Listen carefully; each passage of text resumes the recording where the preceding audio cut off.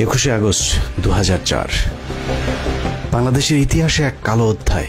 পৃথিবীর কাছে বাংলাদেশকে জঙ্গি রাষ্ট্র হিসেবে প্রতিষ্ঠিত করবার এক সফল অভিযানের নাম 21শে আগস্ট গ্রেনেড হামলা। এই হামলার মাধ্যমে বাংলাদেশের রাজনৈতিক দলগুলোকে দুই শিবিরে বিভক্ত করে দেয়া হয়। শুরু হয় প্রতিহিংসার রাজনীতি।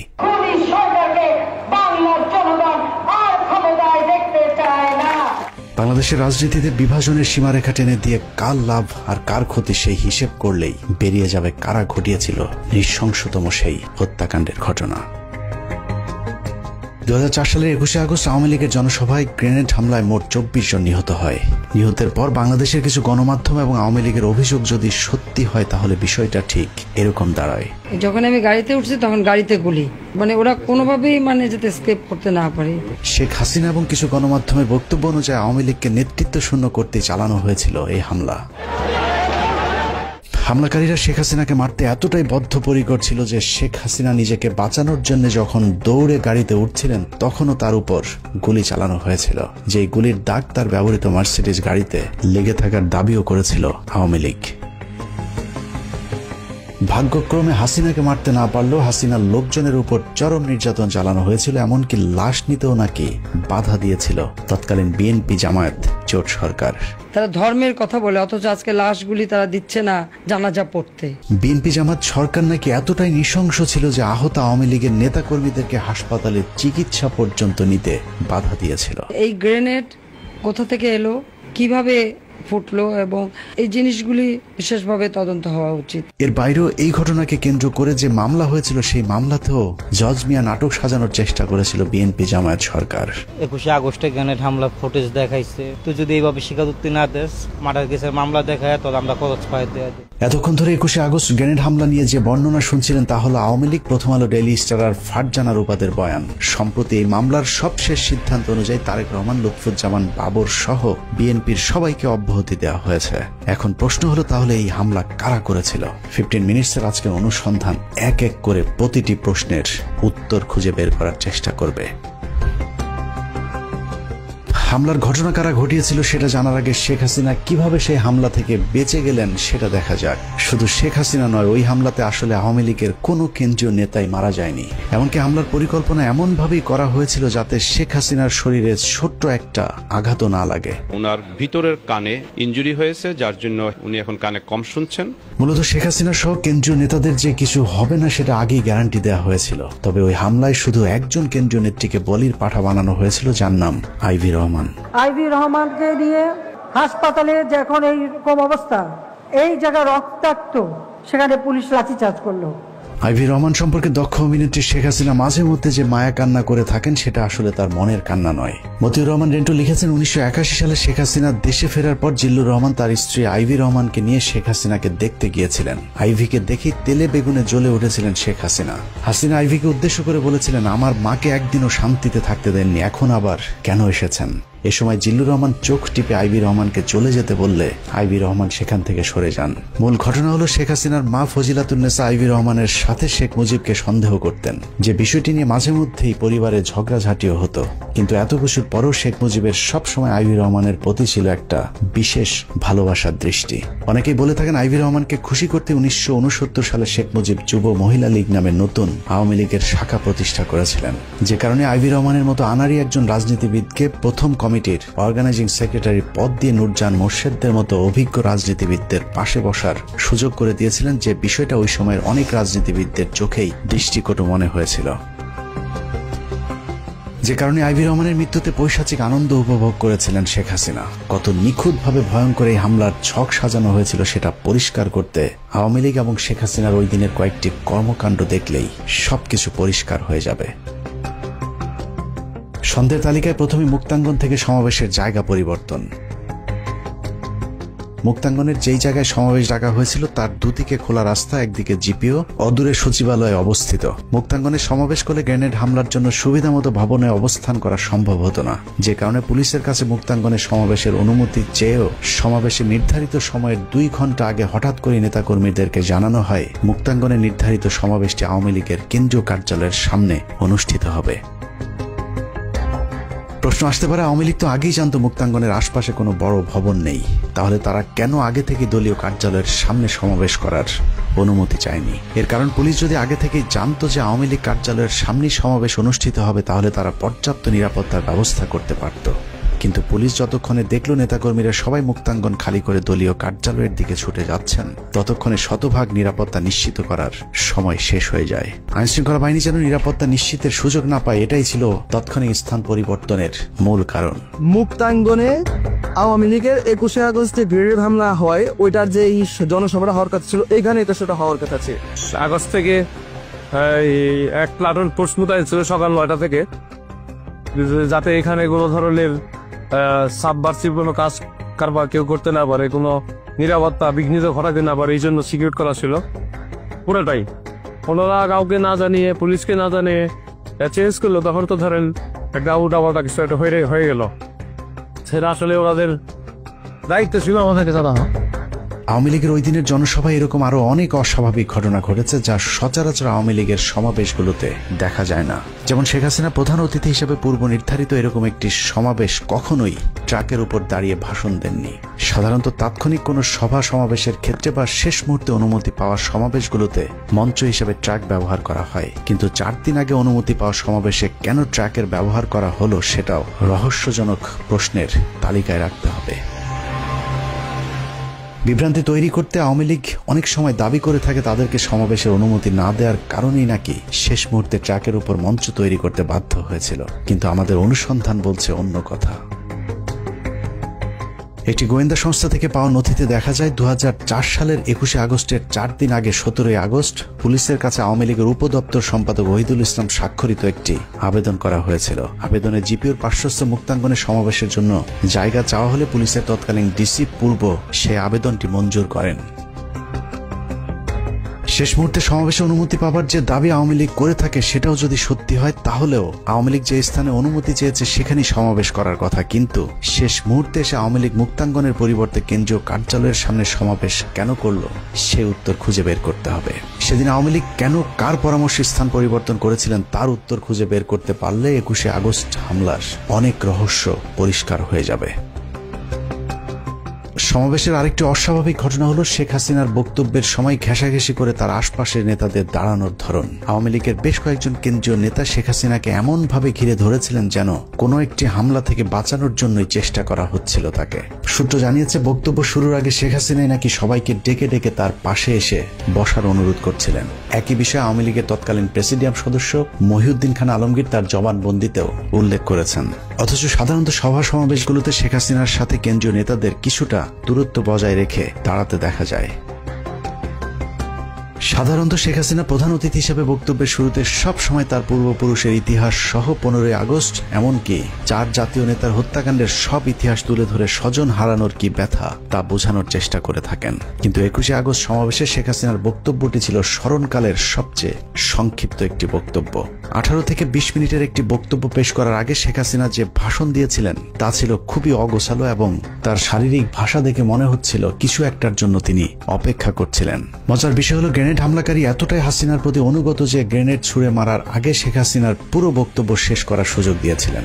অথচ সাধারণত এই ধরনের হামলাগুলো বক্তব্যের মাঝামাঝি ঘটে থাকে। শেখ হাসিনার বক্তব্যের পর যে হামলা চালানো হলো তার আঘাতে প্রাণ গেল 24 জনের, অথচ কি অবাক, একজন কেন্দ্রীয় নেতাও মারা যায়নি এত বড় হামলার ঘটনায়। প্রশিক্ষণপ্রাপ্ত হামলাকারী প্রায় ডজনখানি গ্রেনেড ছুঁড়ে মারলেও একটি গ্রেনেডও তার ট্রাকের উপরে ছুটতে পারেননি। পুলিশের তদন্তে মোট 11টি বিস্ফোরণের চিত্র দেখানো হয়েছে। আমাদের হাতে আসা পুলিশের আঁকা সেই ম্যাপে দেখা যায় সমাবেশে ব্যবহৃত ঢাকা মেট্রো ট 11-30-98 নম্বরের ট্রাকটির আশেপাশে মোট 11টি বিস্ফোরণের ঘটনা ঘটেছিল। পুলিশের ওই প্রতিবেদনের প্রতিটি জায়গায় যতবার গ্রেনেড শব্দটি লেখা হয়েছে ততবার গ্রেনেডের পাশে বোমা শব্দটি ব্যবহার করা হয়েছে। গ্রেনেড শব্দটি লিখতে গিয়ে কেন বারবার তদন্ত সংস্থাগুলো বোমা শব্দটি ব্যবহার করেছেন সেটা একটু দেখা যাক। 21 আগস্টকে গ্রেনেড হামলা বলা হলেও এটা শুধুই গ্রেনেড হামলা কিনা সেটা নিয়ে প্রশ্ন রয়েছে গোয়েন্দাদের। হতে পারে এটা ছিল শক্তিশালী গ্রেনেড হামলা, আবার হতে পারে বোমা এবং গ্রেনেড দু ধরনের বিস্ফোরক ব্যবহৃত হয়েছিল। তবে সবচেয়ে বেশি যেটা হতে পারে সেটা হলো 11টি বিস্ফোরকের মধ্যে 4টি ছিল শব্দ বোমা আর বাকি 7টি ছিল গ্রেনেড অথবা শক্তিশালী বোমার বিস্ফোরণ। আরও একটি বিষয় হতে পারে, মঞ্চের কাছাকাছি অবিস্ফোরিত যে দুটি গ্রেনেড পড়েছিল, অকেজো সেই গ্রেনেড দুটি হয়তো ইচ্ছাকৃতভাবেই ফেলে রাখা হয়েছিল, যাতে ঠিক ট্রাকের পাশের দুটি গ্রেনেড অবিস্ফোরিত থাকার কারণে সবাইকে এটা বোঝানো যায় যে শেখ হাসিনাকে হত্যা করতে চালানো হয়েছিল এই হামলা।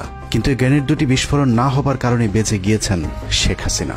অথচ এত গুরুত্বপূর্ণ অপারেশনে 13টি গ্রেনেডের মধ্যে 2টি গ্রেনেড অকেজো থাকার কথা নয়। 2004 সালের 21শে আগস্টের সবচেয়ে আলোচিত ভিডিওগুলোর বেশিরভাগ ধারণ করেছিল বেসরকারি টেলিভিশন এনটিভির ক্যামেরা পার্সন।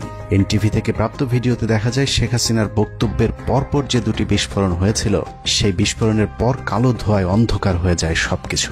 তবে লক্ষণীয় বিষয় হলো, প্রথম দুটি বিস্ফোরণের পর সবাইকে ছুটোছুটি করতে দেখা গেছে, কিন্তু কাউকে আহত হতে দেখা যায়নি। পরের বিস্ফোরণগুলোতে কোনো ধোঁয়া না থাকলেও হতাহতের ঘটনা ঘটেছে। 2004 সালের গ্রেনেড হামলা মামলার সাক্ষী হিসেবে আদালতে মূল বক্তব্য উপস্থাপন করেছেন আওয়ামী লীগের তৎকালীন প্রেসিডিয়াম সদস্য মহিউদ্দিন খান আলমগীর। 161 ধারায় তার দেওয়া বক্তব্যে তিনি বলেছেন, নেত্রীর বক্তব্যের শেষে জয় বাংলা জয় বঙ্গবন্ধু বলার সাথে সাথে প্রচণ্ড বিস্ফোরণের আওয়াজ শুনতে পাই। আমি দেখতে পাই ট্রাকের মঞ্চের পেছনে দক্ষিণ দিক থেকে ধোঁয়া উঠছে, জনগণ দিক বিদিক ছুটাছুটি করছে। মহিউদ্দিন খান আলমগীরের বক্তব্যটি আবারও রিপিট করছে, আমি দেখতে পাই ট্রাকের মঞ্চের পেছনে দক্ষিণ দিক থেকে ধোঁয়া উঠছে। গ্রেনেড এবং বোমার মধ্যে মৌলিক একটি পার্থক্য রয়েছে, তা হলো বোমা থেকে প্রচুর ধোঁয়া বের হবে, কিন্তু গ্রেনেড বিস্ফোরণ ঘটলে ধুলা উড়বে, কিন্তু যতটুকু ধোঁয়া বের হবে সেটা অতি সামান্য। মহিউদ্দিন খান আলমগীরের বক্তব্য অনুযায়ী ট্রাকের পাশে যে বিস্ফোরণগুলো ঘটেছিল সেগুলো থেকে অনেক ধোঁয়া বের হয়েছিল। তার মানে ট্রাকের পাশের বিস্ফোরণগুলো ছিল বোমার, গ্রেনেড নয়। এছাড়া শেখ হাসিনা সভাস্থল থেকে ছেড়ে যাওয়ার সময় তার গাড়ির ঠিক পাশে একটি বিস্ফোরণ ঘটেছিল।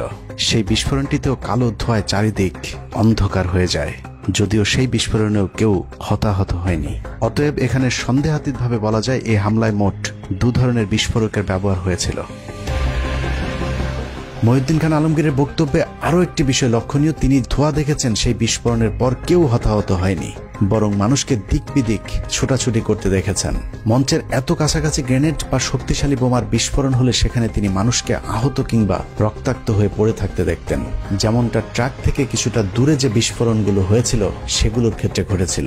ট্রাক থেকে দূরে কর্মীদের উপর যেসব গ্রেনেডগুলোর বিস্ফোরণ হয়েছিল, সেখানে বিস্ফোরকগুলো এতটাই শক্তিশালী ছিল যে অনেকের দেহের বিভিন্ন অংশ শরীর থেকে বিচ্ছিন্ন হয়ে গিয়েছিল।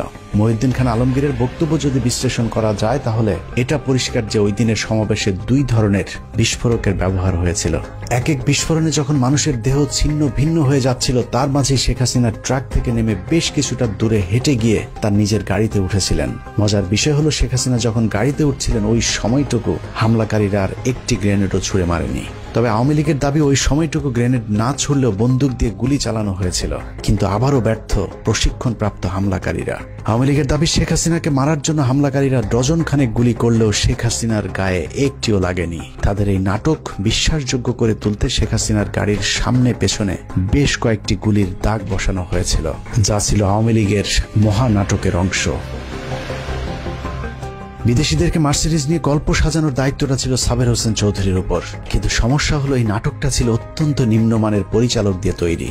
শেখ হাসিনার মার্সিডিজ গাড়িতে যে গুলির চিহ্ন দেখানো হয়েছে সেটা যে মিথ্যে, সেটা প্রমাণ করতে শেখ হাসিনার একই মডেলের মার্সিডিজ গাড়িতে পরীক্ষামূলকভাবে গুলি করার একটি ভিডিও দেখলেই বোঝা যাবে।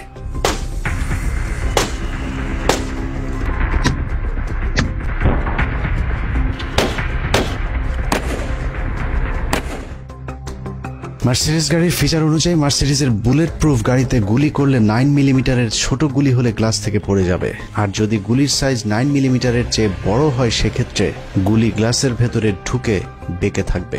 এছাড়া মার্সিডিজ গাড়িতে যদি গুলি করা হয় তাহলে যেখানে গুলি লাগবে তার চারপাশে গ্লাস খোলা হয়ে যাবে। কিন্তু শেখ হাসিনার গাড়িতে গুলির যে দাগ দেখানো হয়েছে সেটা স্পষ্টভাবে বোঝা যাচ্ছে যে ড্রিল মেশিন দিয়ে গুলির চিহ্ন বোঝানোর চেষ্টা করা হয়েছে। শেখ হাসিনার গাড়িতে যে কোনো গুলি লাগেনি সেটার আরো প্রমাণ রয়েছে।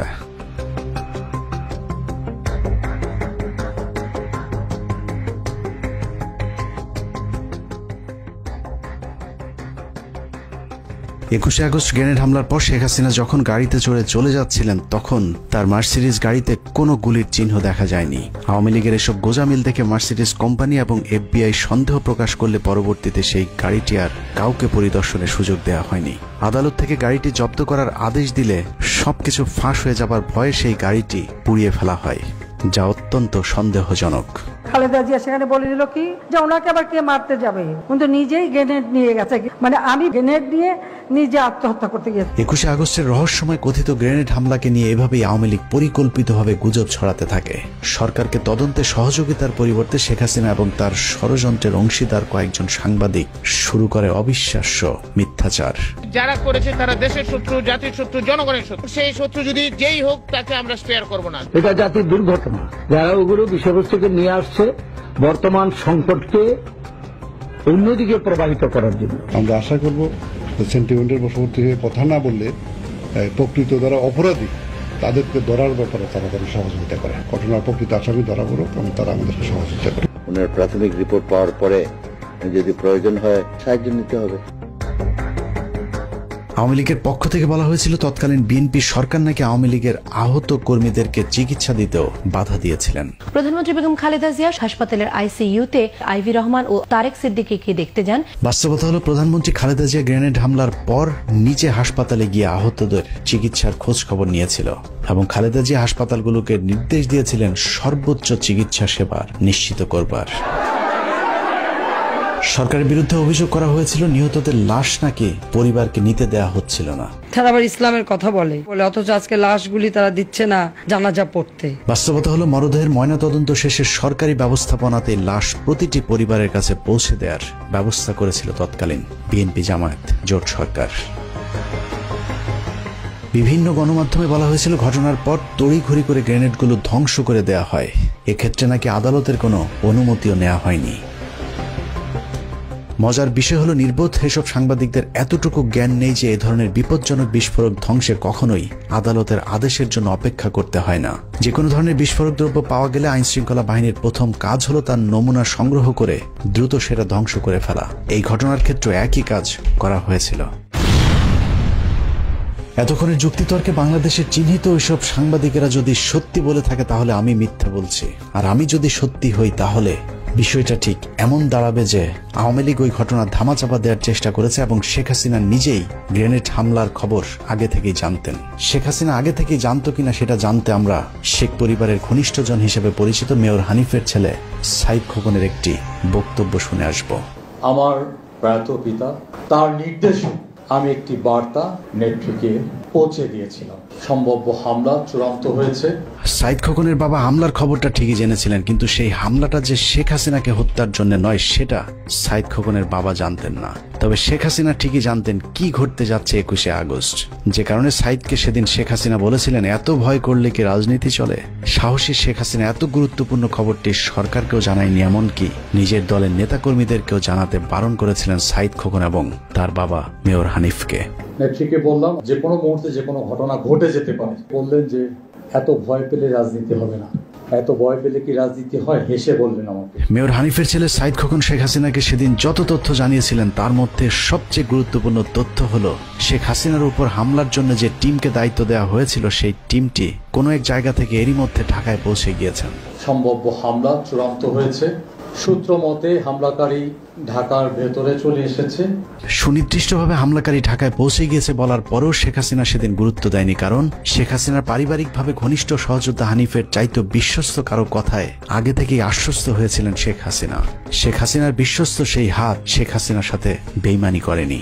গ্রেনেডের আঘাতে সেদিন 24 জন মানুষের জীবন গেলেও শেখ হাসিনার গায়ে একটি গ্রেনেডও আঘাত করেনি।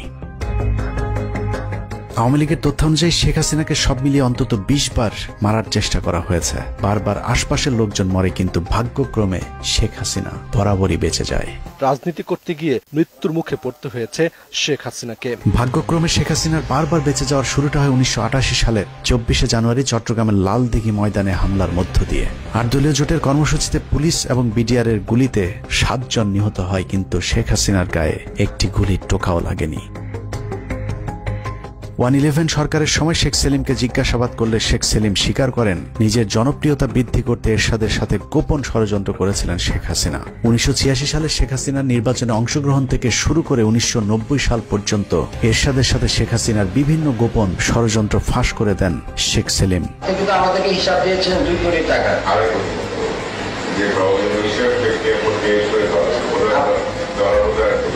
স্যার ওইটার ডিস্ট্রিবিউশনটা কি ছিল জানা স্যার?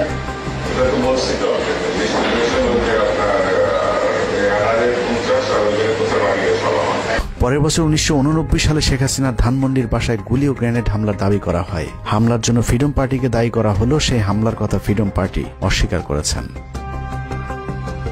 1991 সালের একটি উপনির্বাচনে ঢাকার গ্রিন রোডের পরিবার পরিকল্পনা কেন্দ্রে ভোট দিতে গেলে তার উপর সন্ত্রাসীরা গুলি চালায়।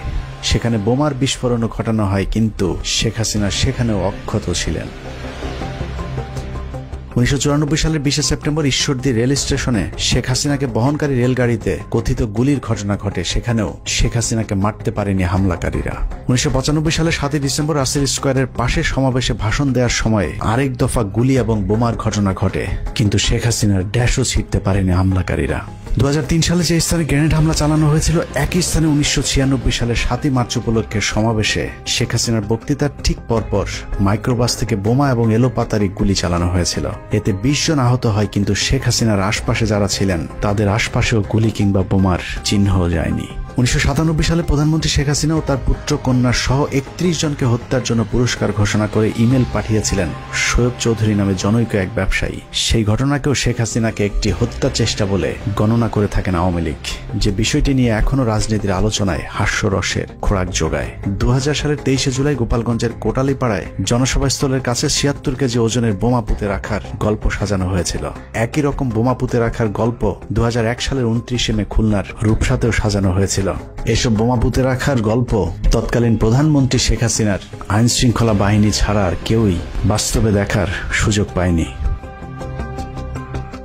বোমা পুঁতে রেখে যখন তেমন সহানুভূতি পাওয়া যাচ্ছিল না, তখন 2001 সালের 25 সেপ্টেম্বর নির্বাচনের ঠিক আগের একটি জনসভায় সমাবেশ স্থলের পাশের একটি বাড়িতে বোমার বিস্ফোরণ ঘটানো হয়। সেই ঘটনায় 2 জন নিরীহ মানুষের মৃত্যু হয়। এরপর 2002 সালের 4 মার্চ নওগাঁ, 2002 সালের সাতক্ষীরায় পরপর দুবার 2004, 2007, 11, 2014 এবং 2015 সালে শেখ হাসিনাকে মারার গাঁজাখুরি গল্প সাজিয়ে নিজেকে জনপ্রিয় করবার চেষ্টা চালায় শেখ হাসিনা। তবে বারবার চেষ্টা চালালেও শেখ হাসিনার সেই বিশ্বস্ত হামলাকারীরা যে তার কোনো ক্ষতি করবে না, সেই বিশ্বাস তার বরাবরই ছিল। যে কারণে সাইদ খোকনকে হাসিনা নির্ভয়ে বলেছিলেন, ভয় পাবার কিছু নেই। বললেন যে এত ভয় পেলে রাজনীতি হবে না, এত ভয় পেলে কি রাজনীতি হয়, হেসে বললেন আমাকে। অভয় দেয়া হলেও শেখ হাসিনার সেই রক্তের হোলি খেলায় প্রাণ গিয়েছিল 24 জনের। কিন্তু হামলাকারীদেরকে এমনভাবে প্রশিক্ষণ দেওয়া হয়েছিল যেন শেখ হাসিনার বিন্দু মাত্র কোনো ক্ষতি না হয়, যে বিষয়টি তৎকালীন গোয়েন্দা সংস্থার কর্মকর্তাদের তদন্তেও উঠে এসেছিল। 164 বলছে যে একটা গ্রিনেড যাতে ইয়েতে না পড়ে, মঞ্চে না পড়ে, মঞ্চে মানে ওই ট্রাকে না পড়ে। এবং আরো 2 জন যে আছে যারা মুকুল টুকুলের ওদের জয়ের লোক, তারাও বলছে যে কোনো ক্রমে যাতে মঞ্চে যাতে একটা গ্রেনেড না পড়ে। এটা কিন্তু ওদের 3 জনের কথা। কার কার জবানবন্দিতে এটা বলছে? 3 জনই বলছে, জর্জ মিয়া বলছে, শফিক আর হলো রানা। 21 আগস্ট নিয়ে আওয়ামী লীগের আরেকটি মিথ্যাচার হলো বিএনপি সরকার নাকি কোনো মামলা, তদন্ত কিংবা আলামত জব্দের কোনো কাজই করেননি। বাস্তবতা হলো 21 আগস্টের ঘটনার ঠিক পরদিন খালেদা জিয়ার নির্দেশে একটি বিচার বিভাগীয় তদন্ত কমিশন গঠন করেছিল। বিচারপতি জয়নুল আবদিন কমিশনকে দায়িত্ব দেওয়া হয় মামলাটির তদন্তপূর্বক প্রতিবেদন দাখিলের। 1 মাস 10 দিনের অক্লান্ত পরিশ্রমে 162 পৃষ্ঠার যে প্রতিবেদন জয়নুল আবেদিন জমা দিয়েছিলেন, সেটি যদি ঠিকঠাক মতো অনুসরণ করা হয় তাহলে 21 আগস্ট গ্রেনেড হামলার মূল ঘটনা বেরিয়ে আসবে।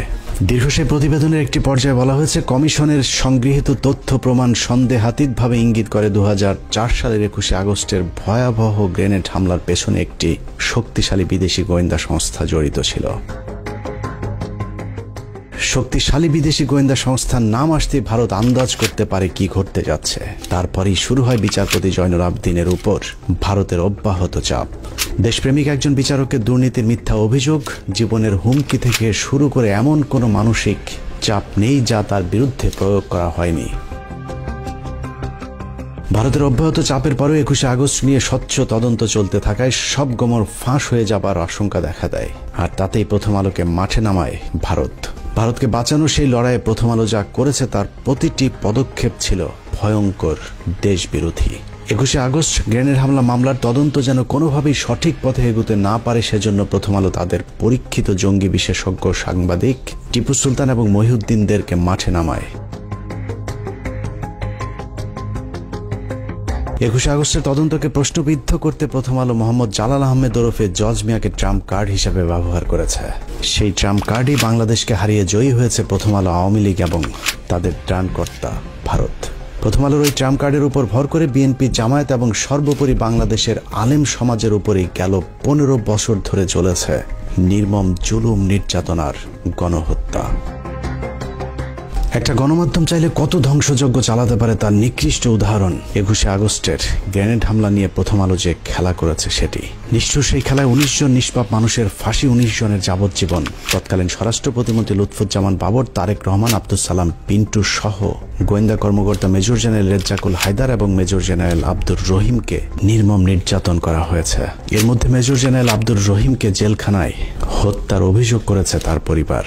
আইসিইউতে ওনার ভেন্টিলেটর মেশিনে অক্সিজেন সাপ্লাই 2 বার বন্ধ করা হয় এবং আমি মনে করি ওনাকে পরিকল্পিতভাবে হত্যা করা হয়েছিল, কারণ উনি রিকভারি করছিলেন। এবং এটার কারণ হিসেবে আমার যেটা মনে হয়, উনি দেশের গোয়েন্দা সংস্থার প্রধান ছিলেন। বাকিদের জীবন থেকেও কেড়ে নেওয়া হয়েছে স্বর্ণালী 15টি বছর। প্রথম আলো কিভাবে এই ধ্বংসযজ্ঞ চালিয়েছে সেটা চলুন একটু দেখা যাক। অনুসন্ধানের এই অংশটুকু অত্যন্ত গুরুত্বপূর্ণ।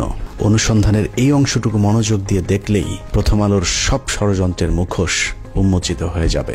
আপনারা এতদিন ধরে যে জজ মিয়া নাটকের কথা শুনেছেন সেটা আসলে সত্যিকারের ঘটনা। অন্যদিকে জজ মিয়াকে নিয়ে আসল নাটক সাজিয়েছে প্রথম আলো, যেটাকে আমরা এতদিন সত্যিকারের ঘটনা মনে করেছে।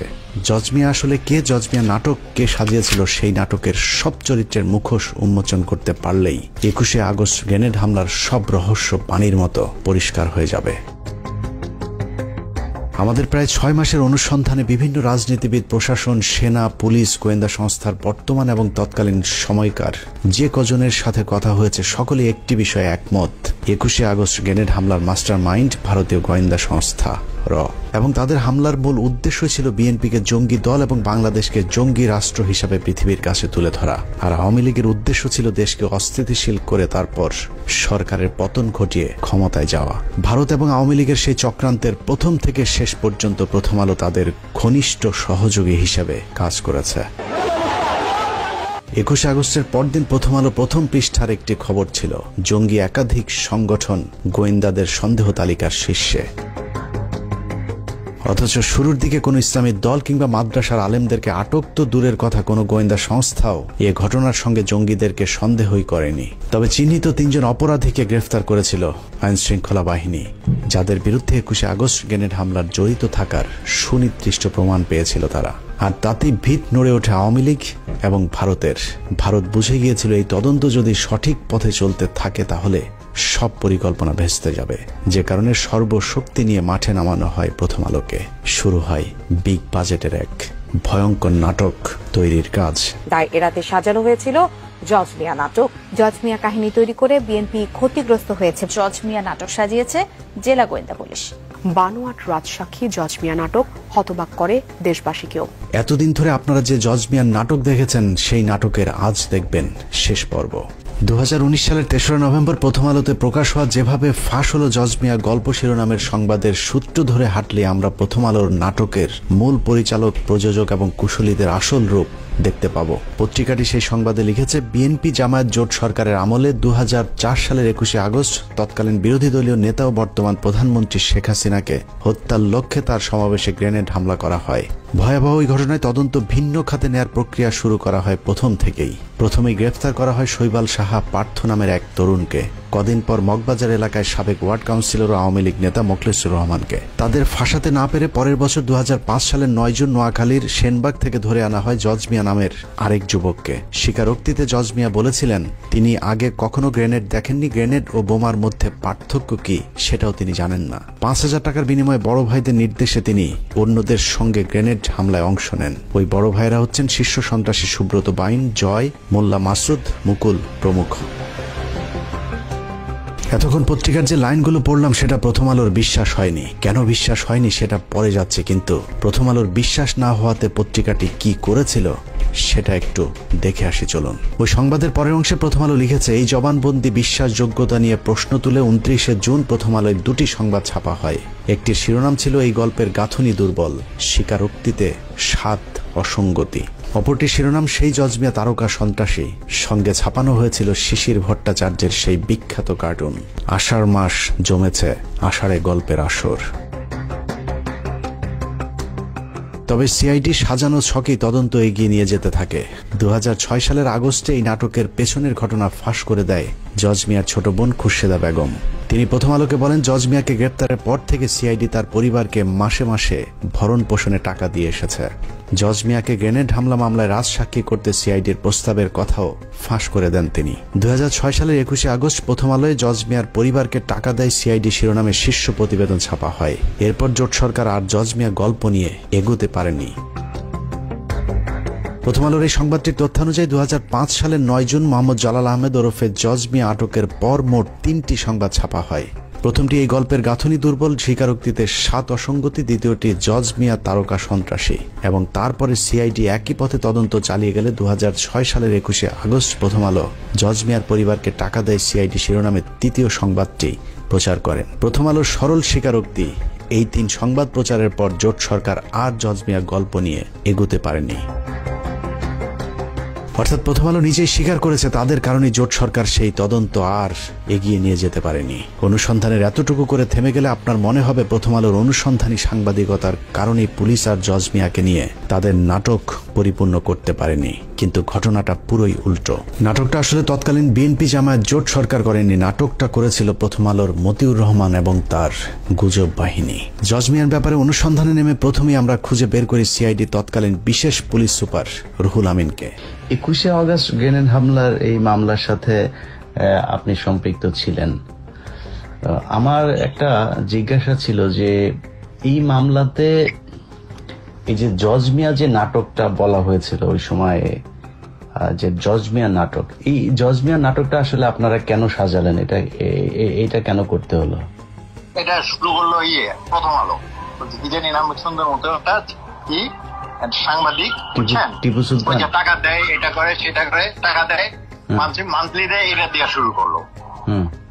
প্রথম আলো যেরকম মিথ্যা শিরোনাম দিয়ে সংবাদ ছাপায়, এরকম পুলিশের বিরুদ্ধে নিরীহ মানুষকে ফাঁসানোর অভিযোগও কম নয়। সে কারণে আমরা রুহুল আমিনের কথা বিশ্বাস না করে নিজেদের মতো করে অনুসন্ধান শুরু করি। তবে আমাদের সন্দেহের দিকটা শুরু থেকেই ছিল প্রথম আলোর দিকে। প্রথম আলোর বিগ বাজেটের নাটকের প্রথম স্ক্রিপ্ট লেখা হয় 2005 সালে জজ মিয়া আটকের 20 দিন পর 29শে জুন। প্রথম আলোর সেই জজ মিয়া তারকা সন্ত্রাসী শিরোনামের সংবাদে কারো কোনো উদ্ধৃতি না দিয়ে পত্রিকাটি মন গড়া ভাবে লিখেছে, গ্রেনেড কি জিনিস জীবনেও দেখেননি জজ মিয়া। ম্যাজিস্ট্রেটের কাছে স্বীকারোক্তিমূলক জবানবন্দি দিতে গিয়ে নিজেই বলেছেন, বোমা ও গ্রেনেডের মধ্যে পার্থক্য কি তিনি জানেন না। থানা পুলিশ বলেছে জজ মিয়া নিরপরাধ মানুষ, তার নামে থানায় কোনো মামলা নেই।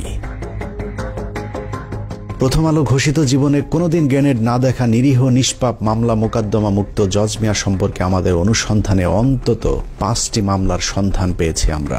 সূত্রাপুর থানায় ছিনতাইয়ের ঘটনায় অস্ত্র বিস্ফোরক দ্রব্য আইনের মামলায় 7 বছর সশ্রম সাজা হয়েছিল জজ মিয়ার। বিশেষ ট্রাইব্যুনালের মামলা নম্বর 736991। তেজগাঁ থানার 22 নম্বর মামলাটি জজ মিয়ার বিরুদ্ধে 2001 সালের 2রা সেপ্টেম্বর দায়ের করা হয়েছিল। সেই মামলায় 385, 324, 326 এবং 307 ধারার মতো ভয়ঙ্কর সব অভিযোগ আনা হয়েছিল প্রথম আলোর নিরীহ নিষ্পাপ জজ মিয়ার বিরুদ্ধে। 2 মাস পর 2001 সালের নভেম্বরের 30 তারিখে মগবাজার টাঙ্গাইল হোটেলে বাবুল হত্যা মামলার আসামি হন জজ মিয়া। রমনা থানার 1 নম্বর মামলাটি 302, 34 ধারায় দায়ের করা হয়েছিল। 21শে আগস্ট গ্রেনেড হামলার কয়েক মাস আগে রাজধানীতে তার বিরুদ্ধে আরেকটি হত্যা মামলা হয়। গুলশান থানার রহমত হত্যা মামলার অন্যতম আসামি জজ মিয়া। প্রথম আলো সাংবাদিকেরা এসব মামলাগুলো সজ্ঞানে আড়াল করার পাশাপাশি জজ মিয়ার 164 ধারায় জবানবন্দিটাও গোপন করার চেষ্টা করেছেন। জজ মিয়া তার জবানবন্দিতে আরেকটি মামলার কথা স্বীকার করেছেন। সেখানে তিনি বলেছেন, তিনি টিকাটুলি অফিসার হলের পেছনে মেসে থাকতেন। সেখানে থাকাকালীন পুলিশ তাকে মেসের চৌকির নিচ থেকে বোমা ও অস্ত্র সহ গ্রেফতার করেছিলেন। সেই মামলায় তার 7 বছর জেল হয়েছিল। 2 বছর পর তার বাবা মা তাকে জেল থেকে জামিনে মুক্ত করান। প্রথম আলোর এত বিগ বাজেটের নাটকের শুটিং এর আগে জজ মিয়ার চার্জশিটটাও পড়ে দেখার সময় পায়নি প্রথম আলোর জঙ্গি বিশেষজ্ঞ সাংবাদিকেরা। লম্বা সময় আর প্রথম আলোর মতো বিগ বাজেট নিয়ে অনুসন্ধান করলে জজ মিয়ার বিরুদ্ধে আরো মামলার খোঁজ পাওয়া সম্ভব। কারণ জজ মিয়ার আসল নাম মোহাম্মদ জালাল আহমেদ হলেও এক এক জায়গায় তিনি এক এক নাম ব্যবহার করতেন। অতএব তার ভিন্ন ভিন্ন নামে আরো অনেক মামলা থাকার সম্ভাবনা রয়েছে। সবশেষ তিনি যে বিয়ে করেছেন সেখানেও নিজের নাম পরিবর্তনের কথা স্বীকার করেছেন ওই সাংবাদিকের কাছে। জজ মিয়া নামটাও তার আসল নাম নয়, আসল নাম মোহাম্মদ জালাল আহমেদ। তেজগাঁ এলাকায় খোঁজ নিয়ে জানা যায় 1996 থেকে 2001 সালে আওয়ামী লীগ শাসন আমলে ঢাকা শহরে যে কজন উঠতি সন্ত্রাসী পরিচিতি পেয়েছিল তার মধ্যে মোহাম্মদ জালাল আহমেদ ওরফে জজ মিয়া অন্যতম। নাখালপাড়া নুরানি মসজিদের আশপাশের মহল্লায় জজ মিয়া যে রায় দিত তার সে রায় নাকি কার্যকর হয়ে যেত, যে কারণে মোহাম্মদ জালাল আহমেদ বাংলা সিনেমার মতো নিজের নাম পাল্টে জজ মিয়া রাখেন। তারপর থেকে হয়ে ওঠেন ভয়ঙ্কর এক সন্ত্রাসী। এত ভয়ঙ্কর একজন সন্ত্রাসীকে প্রথম আলো কিভাবে নিরীহ নিষ্পাপ বানালো এবার চলুন সেটা দেখা যাক। জজ মিয়ার মূল পেশা ছিল হত্যা, ছিনতাই, দখল, চাঁদাবাজি। ভাড়াটে খুনি হিসেবে ওই সময়ের শীর্ষ সন্ত্রাসীদের কাছে মোহাম্মদ জালাল আহমেদ ওরফে জজ মিয়ার বিশেষ কদর ছিল। যদিও প্রথম আলোর শিখিয়ে দেওয়া সাক্ষাৎকারে জজ মিয়া নিজেকে সিডি ব্যবসায়ী হিসেবে পরিচয় দিয়েছিলেন। আমি সিডি ক্যাসেটের ব্যবসা করি, ছবি পোস্টারের ব্যবসা করি, দোকান আমার বঙ্গবন্ধু এভিনিউ অপোজিট। প্রথম আলোর সিডি বিক্রেতা জজ মিয়া যমুনা টিভিতে গিয়ে কিভাবে ফল বিক্রেতা হয়ে যায় এবার সেটা দেখা যাক। 2018 সালের 10 অক্টোবর যমুনা টিভির এক সাংবাদিককে দেয়া সাক্ষাৎকারে প্রথম আলোর সিডি বিক্রেতা জজ মিয়া নিজেকে ফল বিক্রেতা হিসেবে পরিচয় দেন। জজ মিয়ার আদালতে দেওয়া জবানবন্দিতে আবার নিজেকে গাড়ির চালক হিসেবে পরিচয় দিয়েছেন। গাড়ি চালক জজ মিয়া ওরফে প্রথম আলোর সিডি বিক্রেতা যমুনা টিভিতে গিয়ে যেভাবে পেশা পাল্টে ফল বিক্রেতা হয়েছেন, একইভাবে প্রথম আলোতে গিয়ে সিআইডি জজ মিয়ার পরিবারকে টাকা দেওয়ার দাবি করলেও যমুনা টিভিতে গিয়ে তিনি বলেছেন আওয়ামী লীগের নেতারাই তাকে আর্থিক সহায়তা দিত। এছাড়া যমুনা টিভিকে দেয়া সাক্ষাৎকারে জজ মিয়া বলেন, বর্তমান সরকারের পক্ষ থেকেও আমাকে অনেক আশ্বাস দেওয়া হয়, একাধিক মন্ত্রী আমাকে চাকরি দেওয়ার আশ্বাস দেন। সবশেষ মাস 6 আগে এক মন্ত্রীর সঙ্গে দেখা করি, তিনি বলেন গ্রেনেড হামলা মামলার রায়ের পর তিনি তার দফতরে চাকরি দেবেন। কাল যেহেতু রায়, দেখি কি হয়। সংবাদের পরের অংশে জজ মিয়া আরো বলেন, অনেকেই আমাকে অনেক ধরনের আশ্বাস দিয়েছিলেন, কিন্তু 13-14 বছরে কোনো আশ্বাস বাস্তবায়ন হয়নি। তাই আমাকে এখন রেন্টে কারের একটি ভাঙাচোরা গাড়ি চালাতে হয়। সরকারের কাছে প্রত্যাশা আমার যেন পুনর্বাসন করা হয়। যমুনা টিভির সাংবাদিককে দেয়া সাক্ষাৎকারে সরকারের কাছে জজ মিয়ার যে আবদার, সেই আবদারের পেছনে রয়েছে দীর্ঘদিনের এক নিবিড় সম্পর্ক। সেই সম্পর্ক কতটা গভীর সেটা দেখতে আবারও কিছুক্ষণের জন্য 2003 সালে যেতে হবে। 2003 সালে 29 অক্টোবর বেশ কিছু অস্ত্র মজুদ থাকার তথ্য আসে গোয়েন্দা সংস্থার কাছে। সেই তথ্যের ভিত্তিতে কুড়িল বস্তিতে বিশেষ অভিযান চালায় যৌথ বাহিনী। সেই অভিযানে সন্ত্রাসীদের সাথে প্রায় ঘণ্টাখানেক ব্যাপক গোলাগুলির শেষে আহত অবস্থায় রুবেল এবং মানিক নামে 2 সন্ত্রাসীকে আটক করে পুলিশ। তবে সেখান থেকে পালিয়ে যায় নুরুল, লিঙ্কন, মুকুল এবং জাহাঙ্গীর নামে আরো 4 সন্ত্রাসী। 2003 সালে কুড়িলে কিন্তু যেটা বলা হয় 20টা গ্রেনেড, তারপরে 4-5টা অ্যাসল্ট রাইফেল বা AK-47 ব্যবহার করা হয়েছিল 21 আগস্টে, সেই একই পরিমাণে মানে 4টা অ্যাসল্ট রাইফেল, একটা সাবমেশিন গান, 20টা গ্রেনেড, কয়েকটা রিভলভার, এগুলো কিন্তু তারও 9 মাস আগে 2009 সালের 29 নভেম্বর তারিখে পুলিশের একটা অপারেশনে কুড়িল বস্তিতে এক জায়গায় পাওয়া যায়। সেখানে 2 জনকে, রুবেল এবং মানিককে ধরা হয়, যারা কিন্তু পরবর্তীতে 21 আগস্ট গ্রেনেড হামলার সময় কাস্টডিতে ছিল, বাট ধরা যায় নাই 4 জনকে। তারা হচ্ছে জাহাঙ্গীর, নুরু, মুকুল এবং লিঙ্কন। 2003 সালে তারা ধরা পড়ে নাই। কুড়িলের ওই ঘটনা গোয়েন্দাদেরকে চরমভাবে আতঙ্কিত করে তোলে, কারণ আটক রুবেল এবং মানিকের স্বীকারোক্তি অনুযায়ী তুলির পরশ নামে একটি হিন্দু ব্যক্তির দোকান থেকে AK-47 রিভলভার, গান পাউডার, টাইম বোমার সাথে উদ্ধার করা হয়েছিল 20টি গ্রেনেড। তার চেয়েও ভয়ঙ্কর তথ্য হলো রুবেল ও মানিক গোয়েন্দাদের কাছে স্বীকার করেছিলেন দেশে বড় ধরনের হামলা চালাতে ভারত থেকে আসা অস্ত্রের মজুত করা হচ্ছে। সে অস্ত্র দিয়ে কি ধরনের হামলা চালানো হবে তা সঠিকভাবে জানাতে না পারলেও ভারতীয় গোয়েন্দা সংস্থার সাথে আওয়ামী লীগ নেতা এবং তৎকালীন শীর্ষ সন্ত্রাসী জয়ের কলকাতায় একটি গোপন বৈঠকের খবর নিশ্চিত করেছিলেন রুবেল এবং মানিক। দেখেন যোগসূত্রটা কি, এই জিনিসটা কিন্তু পরবর্তীতে কখনো দেখা হয় নাই যে একই পরিমাণে গ্রেনেড, একই পরিমাণে অস্ত্র তার 9 মাস আগে পাওয়া গেছিল এক জায়গায়, এবং যারা হচ্ছে রাস্তার লেভেলের সন্ত্রাসী, যাদের হচ্ছে আওয়ামী লীগের যে বড় সন্ত্রাসী তাদের লোক, তাদের কাছে পাওয়া গেছিল এই জিনিসগুলো আওয়ামী লীগের লোকজন, আওয়ামী লীগের সন্ত্রাসীদের হাতে। তো পরবর্তীতে ১/১১ সরকার বা হাসিনা সরকার যখনই তদন্ত করছে, তারা কিন্তু এই জায়গাটাতে লিঙ্ক করার চেষ্টা করেন। এবার লিঙ্ক করাটা জরুরি, বিকজ মুকুল এবং জাহাঙ্গীর এই দুইজনকে তো ধরা গেছিল, নুরু এবং লিঙ্কনকে ধরা যায় নাই 2004 সালে যখন তদন্ত শুরু হয়।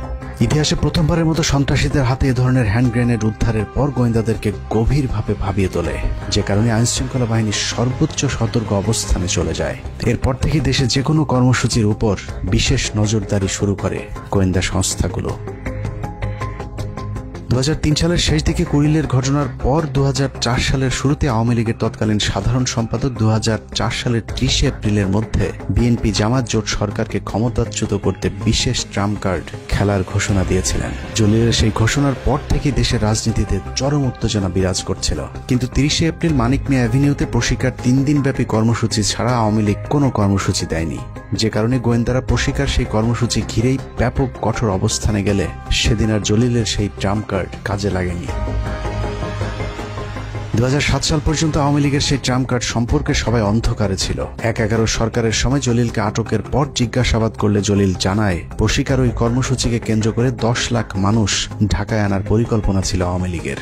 সেই মিটিংকে কেন্দ্র করে একটি নৈরাজ্যকর পরিস্থিতি সৃষ্টির পর সরকার পতনের পরিকল্পনা ছিল তাদের। প্রশিকার ওই কর্মসূচিকে ঘিরে বড় ধরনের হামলা চালিয়ে উত্তেজিত জনতাকে নিয়ে সংসদে ঢুকে পড়ার পরিকল্পনা ছিল আওয়ামী লীগের। জিজ্ঞাসাবাদে আব্দুল জলিল আরও জানান, বিএনপির তৎকালীন মহাসচিব আব্দুল মান্নান ভূঁইয়া, মাহিবি চৌধুরী, আবু হেনা সহ বিএনপির মোট 70 জন এমপির ওই দিন আওয়ামী লীগে যোগদান করার পর আওয়ামী লীগের নেতৃত্বে সরকার গঠনের পরিকল্পনা ছিল। আব্দুল জলিলের সেই ট্রাম্প কার্ড ব্যর্থ হওয়ার কারণ হিসেবে নিজেদের মধ্যে কোঅর্ডিনেশনের অভাবকে দায়ী করেছিলেন আওয়ামী লীগের সাধারণ সম্পাদক আব্দুল জলিল। যাই হোক, জলিলের সেই ট্রাম্প কার্ড যদি কাজে লাগতো তাহলে ওই দিনই 21 আগস্টের মতো আরেকটি ঘটনা ঘটতে পারত, কিন্তু গোয়েন্দা সংস্থার কারণে তা ব্যর্থ হয়, যে কারণে 21 আগস্ট গোয়েন্দা সংস্থাকে বোকা বানিয়ে হঠাৎ করে সমাবেশের স্থান পরিবর্তন করে আওয়ামী লীগ।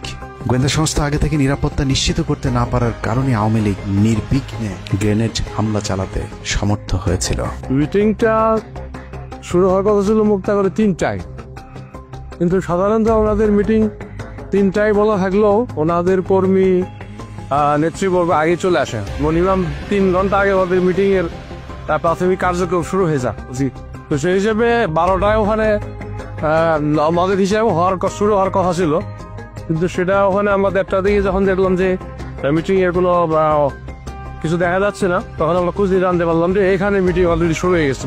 21 আগস্ট গ্রেনেড হামলার মাধ্যমে গোয়েন্দা সংস্থাকে কিছুটা বোকা বানানো গেলেও ঘটনার মূল রহস্য উদ্ঘাটন করতে গোয়েন্দাদের খুব বেশি সময় লাগেনি, কারণ 21 আগস্ট ব্যবহৃত গ্রেনেড এবং কুড়িল বস্তিতে উদ্ধার করা সেই গ্রেনেড একই ধরনের হওয়াতে গোয়েন্দারা দ্রুত 2003 সালে কুড়িল অভিযানে পালিয়ে যাওয়া অন্য আসামিদের মধ্যে মুকুল ও জাহাঙ্গীরকে আটক করেন। তাদের মধ্যে মুকুল তার স্বীকারোক্তিতে জানায় গ্রেনেড হামলায় অংশ নেয়া ভাড়াটে আরেকজন সন্ত্রাসীর নাম জজ মিয়া।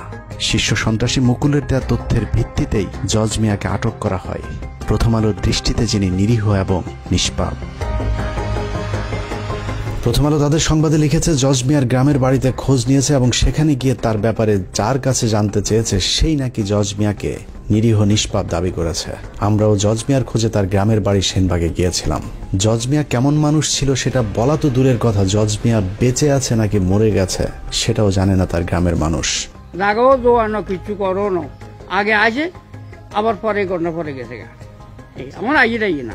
আসলে জজ মিয়া সম্পর্কে এলাকার মানুষের জানার কথাও না, কারণ জজ মিয়ার পুরো জীবনে হাতে গোনা কয়েকবার গ্রামের বাড়িতে গিয়েছিলেন। এলাকায় খোঁজ নিয়ে জানা যায় 21 আগস্টের গ্রেনেড হামলার পর লম্বা সময় জজ মিয়া নোয়াখালীর গ্রামের বাড়িতে ছিলেন। এতটা লম্বা সময় তাকে কখনোই গ্রামে গিয়ে থাকতে দেখা যায়নি। হতে পারে গ্রেনেড হামলা মামলার ঘটনায় পুলিশ যেন তাকে সন্দেহের তালিকায় না রাখে, সে কারণে দীর্ঘ সময় তিনি ওই সময় গ্রামের বাড়িতে গিয়ে গা ঢাকা দিয়েছিলেন। জজ মিয়ার গ্রামের বাড়ির কেউ তার খবর না জানলেও জজ মিয়া সম্পর্কে সবকিছু জানে একমাত্র প্রথম আলো। আগেই বলেছি, আমাদের সন্দেহের তীরটা ছিল প্রথম থেকে প্রথম আলোর দিকে, কিন্তু সেই সন্দেহ দূর করতে হলে প্রথম আলো যে জজ মিয়াকে ট্রাম্প কার্ড হিসাবে ব্যবহার করেছে সেই জজ মিয়াকে খুঁজে বের করা জরুরি। নোয়াখালী থেকে শুরু করে রাজধানীর তেজগাঁর নাখালপাড়া হন্যে হয়ে খোঁজাখুঁজির পর প্রায় 3 মাসের অপেক্ষা শেষে জজ মিয়ার সাথে কথা বলার সুযোগ হয়। মানে প্রথম আলো যে আপনাকে বলল যে এই যে আপনাকে নাকি পুলিশ টাকা টুকা দিত, সিআইডি আপনার মাসে মাসে আপনার পরিবারকে টাকা দিত, এটা তাহলে কেন বলতে পারে? না ভাই, আমি কারোর থেকে কোনো টাকা পয়সা পাই নাই। মোহাম্মদ জালাল আহমেদ ওরফে জজ মিয়ার সাথে কথা বলে আমরা যা জেনেছি তা এতদিন ধরে যা জানতাম তার 180 ডিগ্রি উল্টো। যে প্রথম আলো জজ মিয়ার পরিবারকে সিআইডি টাকা দিয়েছে বলে মিথ্যে সংবাদ প্রচার করেছে, বাস্তবে সেই প্রথম আলোই জজ মিয়াকে 2 লাখ টাকা এবং চাকরির প্রলোভন দেখিয়ে মিথ্যে সাক্ষী নিয়েছেন। প্রথম আলো আপনাকে কি কি সুযোগ সুবিধা দিছে, কি কারণে প্রথম আলোর কথায় আপনি সব জায়গায় যাইতেন, প্রথম আলোর অফিসে যাইতেন? প্রথম আলো আপনাকে কখনই কোনো টাকা পয়সা দেয়নি? হ্যাঁ, 2 লক্ষ টাকা আমার ট্রিটমেন্টের জন্য দিচ্ছে। এটা তো আমি কেউই আপনাকে টাকা টুকা দেয়নি? ওটা তো হয় নাই ভাই। তারপর মনে করেন আমি আরো টাকা ঋণ করে মনে করেন এই 2 লাখ টাকার অনুদান যে আপনাকে কে দিছে? এটা টিপু ভাই। টিপু? হ্যাঁ, টিপু সুলতান। মানে না, সেগুলি জানি। আমি একটা কর্মস্থানের ব্যবস্থা করে দেন, পরে বলছে ঠিক আছে দেখি আমরা একটা তাৎক্ষণিক ব্যবস্থা করে দেবো। প্রথম আলো সাংবাদিক টিপু সুলতানি জজ মিয়াকে বিভিন্ন সাংবাদিকদের সাথে ইন্টারভিউ করে দেওয়ার ব্যবস্থা করতেন। ওইসব সাংবাদিকদের সাথে কি বলতে হবে সেটাও ঠিক করে দিতেন প্রথম আলোর জঙ্গি বিশেষজ্ঞ সাংবাদিক টিপু সুলতান। প্রথম আলোতে এমনিতে কে আপনার সাথে যোগাযোগ করত? প্রথম আলো আমি তার সাথে যোগাযোগ করতাম, আর কারোর সাথে, আর কারো কাছে আমার কেউ টিপু ভাইয়ের সাথে সাংবাদিকের লোকে ইয়া করে দিত, তারা আমার সাক্ষাৎকার নিত। মানে টিপু ভাই আপনাকে সবার সাথে সাক্ষাৎ করাই দিত, তাই তো? হ্যাঁ হ্যাঁ, অন্য সাংবাদিকের লোকে ইয়া করে দিত যে তুমি তার সাক্ষাৎকার তারা নিত। মানে উনি ওইভাবে বলে দিত যে কি কি বলবেন বা কিভাবে দিবেন, এরকম, তাই তো? জজ মিয়াকে তার নিজের মামলার বিষয়ে প্রশ্ন করা হলে প্রথমে অস্বীকার করলেও পরে মামলার কথা আমাদের কাছে স্বীকার করেছেন। প্রথম আলো কি জানতো না যে আপনার নামে যে মামলা ছিল তখনও থানায়? না, আমার নামে তখনও থানায় কোনো মামলা ছিল না। আমার দেশে এখনো আমার নামে না। ওই যে আপনি যেই মামলাতে 2 বছর জেল খাটলেন, ওই মামলাটা কি তখন ছিল না আগে? ওটা ছিল আগে, ঠিক আছে। পরে ওই মামলা আমি হাইকোর্টের পরে ইয়া করছি, ওটা জামিন লওয়ার পরে এটা খালাস করছি। আর ওই যে তেজগাঁ থানার মামলা, ওইটা ওই গুলশান থানার মামলাটা, ওই হত্যা মামলাটা, ওটা তো ভাই আমার নামে তারপর মামলা তারা ইয়া করতেছেন। এগুলো একটা মামলা করে না করাই তাহলে তো এটা বিশ্বাস গ্রহণ হইব না। একটা মামলা এগুলো তো আমি এটা তো এগুলো এটা প্রমাণ হইব, নাহলে তো হইব না। ওই মামলাটা কোনটা, যেটা 7 বছরের জেল হয়েছিল, ওইটা কোন থানার মামলা? এভাবেই চিহ্নিত একজন সন্ত্রাসীকে নিরীহ নিষ্পাপ বানিয়ে দেশের ইতিহাসের ন্যাক্কারজনক একটি ঘটনার তদন্তকে প্রশ্নবিদ্ধ করেছে প্রথম আলো। কেন, কার স্বার্থে প্রথম আলো এই ভয়ঙ্কর নাটক সাজিয়েছিল তার জবাব তাদেরকে দিতে হবে। দ্রুত 21শে আগস্ট মামলার পুনঃতদন্ত শুরু করে জজ মিয়া এবং প্রথম আলোর যেসব সাংবাদিক এই দেশ বিরোধী ভয়ঙ্কর চক্রান্তের সাথে জড়িত তাদেরকে গ্রেফতার করে আইনের আওতায় আনতে হবে। আমরা প্রথম আলো বন্ধ করতে চাই না। সাংবাদিকতার নামে যারা হাজার হাজার মানুষের জীবন নিয়ে খেলেছে তাদের বিচার চাই এবং সেটা করতে হবে। বিএনপি সরকার বেগম খালেদার নেতৃত্বে তার এই ঘটনার কোনো তদন্ত করতে দেয়নি, বিচার তো দূরের কথা, বরং তারা এই ঘটনাকে উল্টো মুখে প্রচার চালিয়ে এই সব দায় আওয়ামী লীগের উপরে দেওয়ার চেষ্টা করেছিল। শুধু আওয়ামী লীগ না, একই সঙ্গে আমাদের প্রতিবেশী ভারতকে জড়ানোর চেষ্টা করা হয়েছে। এতক্ষণ অনুসন্ধানে যা দেখানো হলো, চলুন কিছুক্ষণের জন্য তা ভুলে যাই। মনে করুন প্রথম আলোর সাংবাদিকেরা জজ মিয়ার পরিবারকে কিছুই শিখিয়ে দেয়নি। জজ মিয়ার বোন এবং মা যা বলেছেন প্রথম আলো হুবহু সেটাই তুলে ধরেছেন এবং সেই সংবাদের উপর বিশ্বাস করেই আদালত জজ মিয়াকে মামলা থেকে অব্যাহতি দিয়েছেন। গল্পটা যদি এখানেই শেষ হয়ে যেত তাহলে সমস্যা ছিল না, কিন্তু এই গল্পের পরের অংশ চরম নিষ্ঠুর, অমানবিক। প্রথম আলোর উদ্দেশ্য শুধুই জজ মিয়াকে ছাড়িয়ে আনা নয়, তাদের উদ্দেশ্য ছিল ভারতকে বাঁচানো আর জিয়া পরিবার সহ বিএনপির শীর্ষ নেতাদের জঙ্গি বানিয়ে তাদেরকে ফাঁসিতে ঝুলানো। জজ মিয়াদেরকে বাঁচানোর পর শুরু হয় ইতিহাসের জঘন্যতম মিথ্যাচার। বিএনপিকে নিশ্চিহ্ন করে দেওয়ার সে অভিযানে প্রথম আলো অনেক দূরে গিয়ে গিয়েছিল। একের পর এক প্রথম আলো সংবাদ ছেপেছে আর সরকার প্রথম আলোর ইচ্ছে মতোই তদন্ত করে বিচারিক হত্যাকাণ্ডের পথ সুগম করেছে। কথিত সেই বিচারের নামে নির্বিচারে মামলার আসামি করা হয়েছে তারেক রহমান, লুৎফুজ্জামান বাবর, আব্দুল সালাম পিন্টু, মেজর জেনারেল রেজ্জাকুল হায়দার, আব্দুর রহিম সহ এক ঝাঁক দেশপ্রেমিক মানুষদেরকে, যারা জীবন বাজি রেখে ভারতের হাত থেকে বাংলাদেশকে বাঁচাতে চেয়েছিল। 2018 সালের 10 অক্টোবর দিনটি ছিল প্রথম আলোর বিজয়ের দিন। তাদের দীর্ঘ 14 বছরের ষড়যন্ত্রের ফসল ওই দিন ঘরে উঠেছিল। 21 আগস্ট গ্রেনেড হামলা মামলার রায়ে 19 জন নিরীহ মানুষকে ফাঁসি, 19 জনের যাবজ্জীবন হবার পৈশাচিক আনন্দে প্রথম আলোর আনিসুল হক লিখেছিলেন ইতিহাসের দায় মোচনের রায়।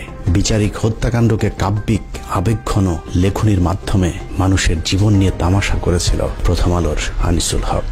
একটু চিন্তা করতে পারেন, 5 আগস্ট যদি দেশ স্বাধীন না হতো তাহলে প্রতিটি মানুষেরই ফাঁসি কার্যকর করা হতো। অনুসন্ধানের দ্বিতীয় পর্বে আপনাদেরকে দেখাবো বিচারের নামে তামাশা করে কিভাবে নিরীহ এতগুলো মানুষের গলায় ফাঁসির দড়ি পরানোর ব্যবস্থা করেছিল প্রথম আলো। তবে প্রথম পর্ব শেষ করবার আগে কিছু প্রশ্ন করবার খুব ইচ্ছে করছে।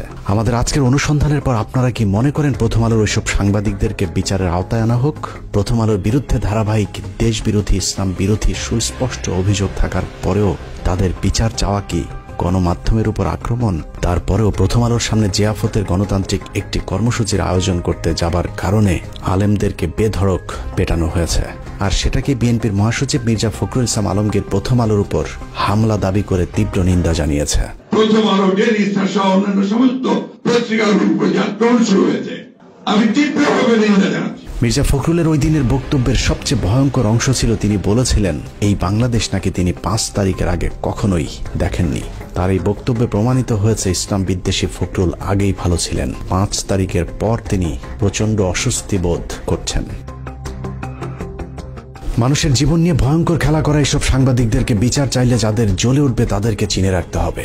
এটা কোনো রাজনীতি নয়, মানুষের জীবন নিয়ে খেলা করেছে প্রথম আলো। মির্জা ফখরুল বিএনপি জামায়াত যখন ক্ষমতায় ছিল তখন লুটপাট করেছে, আওয়ামী লীগের 15 বছরে আতাত করে চলেছে। সাধারণ বিএনপির কর্মীরা যখন জেলে গিয়েছে, গুলি খেয়েছে, মির্জা ফখরুল ইসলাম আলমগীর তখন বাংলাদেশ থেকে টাকা পাচার করে অস্ট্রেলিয়াতে নিজের মেয়ে আর মেয়ে জামাইকে আলিশান জীবন যাপন করার নিশ্চয়তা দিয়েছেন।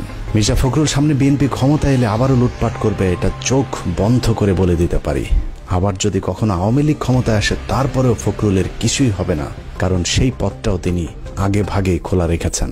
শেখ মুজিবুর রহমানের যে মূর্তিটা ছিল সেই মূর্তিকে দড়ি বেঁধে টেনে ইঁচড়ে ফেলে দিচ্ছে। তিনি তো আমাদের নেতা ছিলেন, খারাপ লেগেছে। মাত্র 2 বান্ডেল টাকার জন্য মির্জা ফখরুল যেভাবে প্রথম আলোর 5 এটেছে, আর কিছু টাকা দিলে এরা দেশকেও বিক্রি করে দিতে পারে। অতএব মির্জা ফখরুলের মতো দুর্নীতিবাজ, ভারতীয় দালালদের মতো যেসব রাজনীতিবিদ প্রথম আলো ডেইলি স্টারের পাশে দাঁড়াবে তাদেরকেও এদেশের মানুষ শত্রু হিসেবেই চিহ্নিত করবে। কে বিএনপি আর জামায়াত করে দেখার একদম সময় নেই। প্রথম আলো ডেইলি স্টারের পাশে যে দাঁড়াবে তার বিরুদ্ধেই লড়াই চলবে। যে বাংলাদেশে মতিউর, আনিসুল, টিপু সুলতান আর মহিউদ্দিনরা মুক্ত বাতাসে থাকবে, সেই বাংলাদেশ কখনোই স্বাধীন থাকতে পারে না।